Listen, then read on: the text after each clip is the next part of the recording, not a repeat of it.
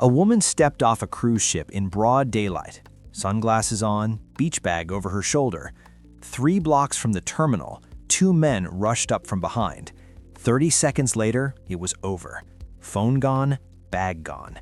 She made it back to the ship, shaken. She had no idea that port was already on a State Department watch list. Her cruise line never mentioned it. You step off the ship thinking about beach bars, warm water, and an easy day in paradise. But in some ports, the moment you leave the terminal, everything changes. Cruise brochures sell sunshine and culture. Government travel warnings tell a different story: crime, kidnappings, tourist scams. And here's what many cruisers don't realize: some of these ports are still on cruise itineraries for 2026. Here's what you should know before your ship docks. Number 1. Belize City, Belize. Belize City has a homicide rate of roughly 36 per 100,000 people. The US average is 6.3. You're stepping into a city nearly 6 times more dangerous than home, and most cruisers have absolutely no idea. The port area is designed to hide that.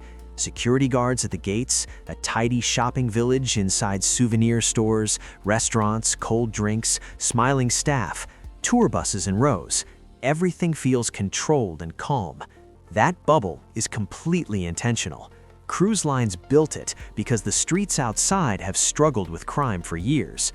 The problem starts when passengers forget it's a bubble. They walk out the gates assuming the whole city must feel like the port. They want something real.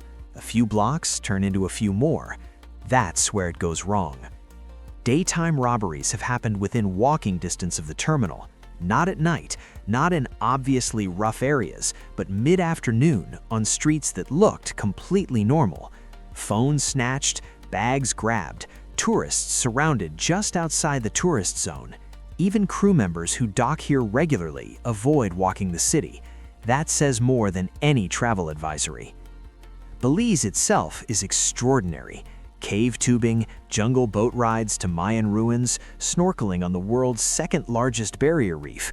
But those experiences take you away from Belize City into organized environments. Book an excursion or stay inside the port village. Don't wander the city thinking it's just another Caribbean stop. It isn't. That's Belize City. Danger hidden in plain sight. Number 2 is different. The warning signs aren't hidden at all. They just come wrapped in friendliness.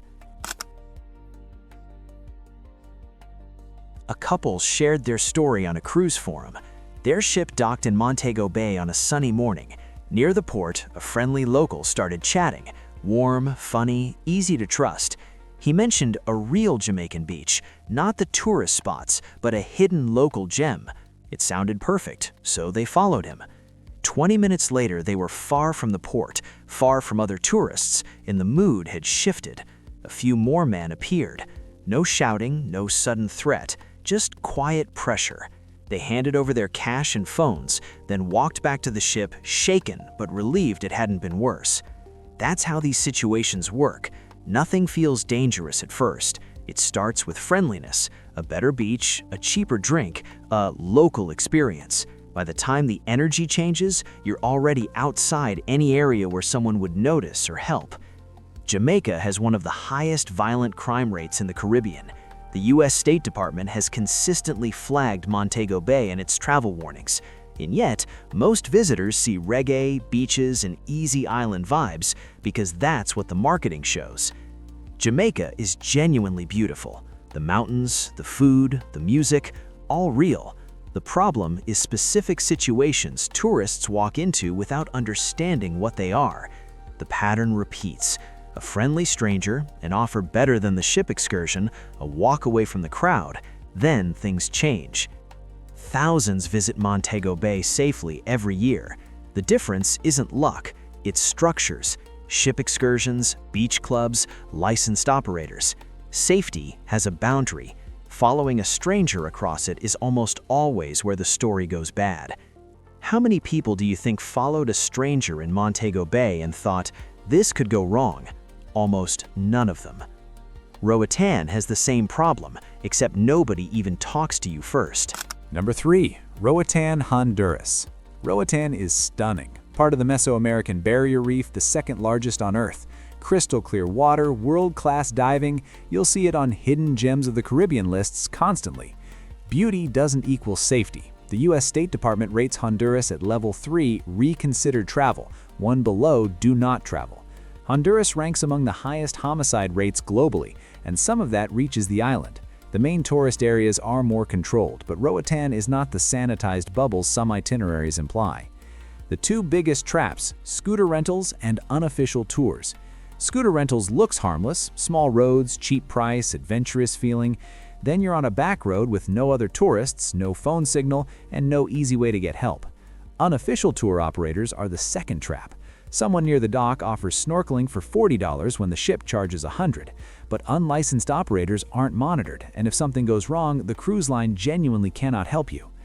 Roatan rewards travelers who arrive with a plan. It punishes people who freestyle on unknown roads. Roatan is a port where one bad decision can undo an otherwise safe day. And number 7, which looks like the cleanest, safest stop on the itinerary, might be the most complicated one to think about. But first, let's see what happens in Colón, Panama. Number 4, Colón, Panama. Why do cruise ships stop in Colón? Definitely not for the city. They arrive because it's the gateway to the Panama Canal, one of the genuinely impressive things a traveler can witness. Watching an 800-foot container ship lifted through locks by water and gravity, crossing between two oceans in hours, that's an engineering marvel operating since 1914, handling roughly 5% of all global trade. The canal is worth the stop. Colón itself is a different conversation. The city has struggled with poverty for decades, striking given that it sits at one of the world's most important trade routes. That disconnect has created a city where desperate circumstances meet a steady stream of tourists who visibly have money, cameras, and phones.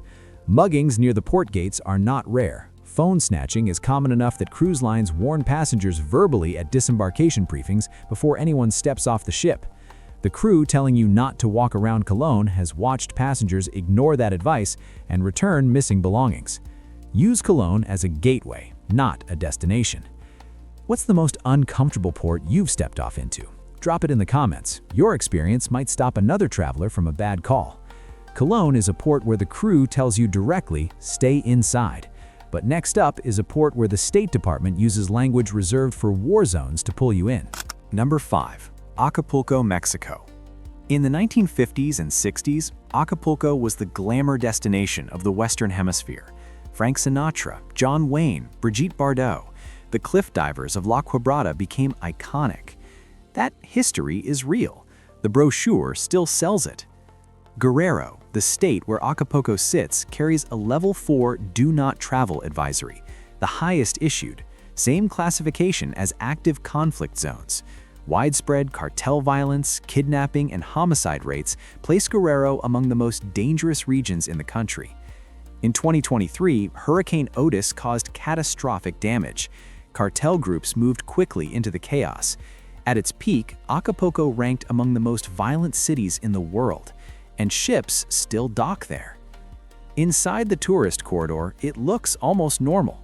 Heavy security, the cliff divers still performing, the bay still beautiful.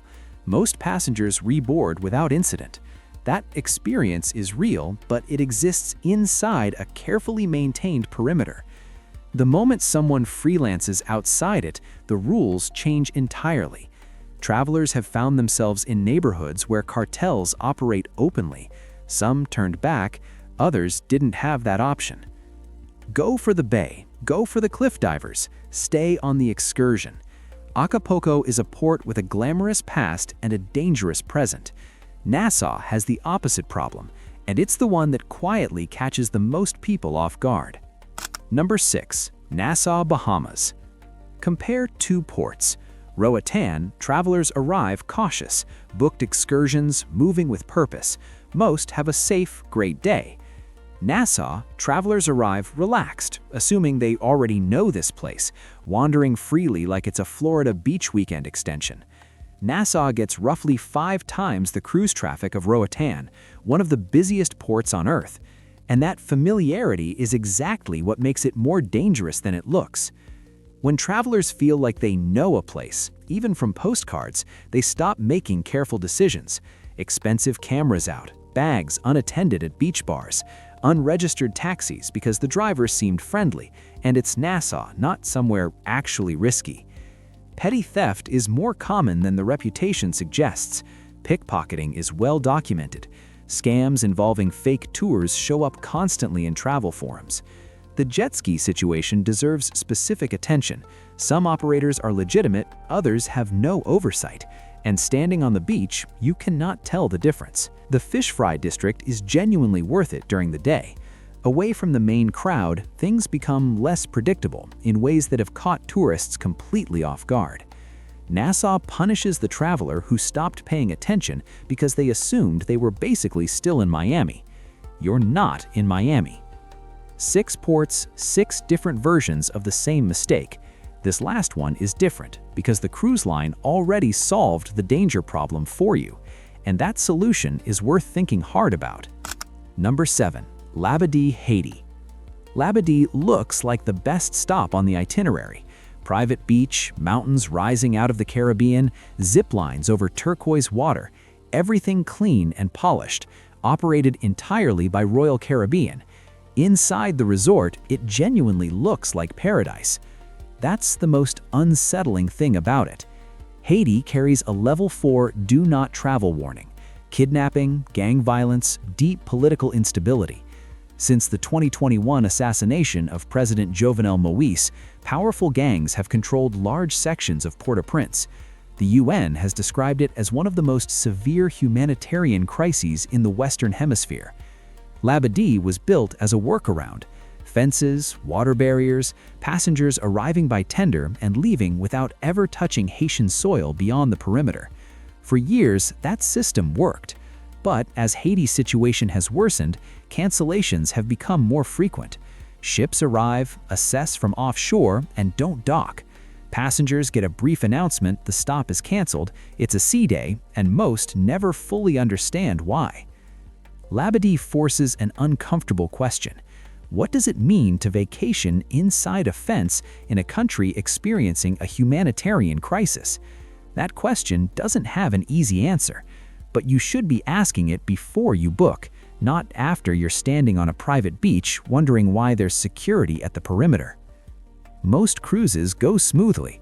That woman 3 blocks from the terminal thought so too, right up until the moment it didn't. Travelers who had bad days ashore usually made the same mistake. They assumed the ship's reputation carried into the streets outside. It doesn't, and nobody at the booking desk tells you that.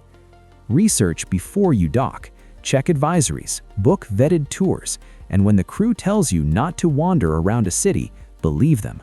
They've seen what comes back. If this kind of reality check is useful, subscribe.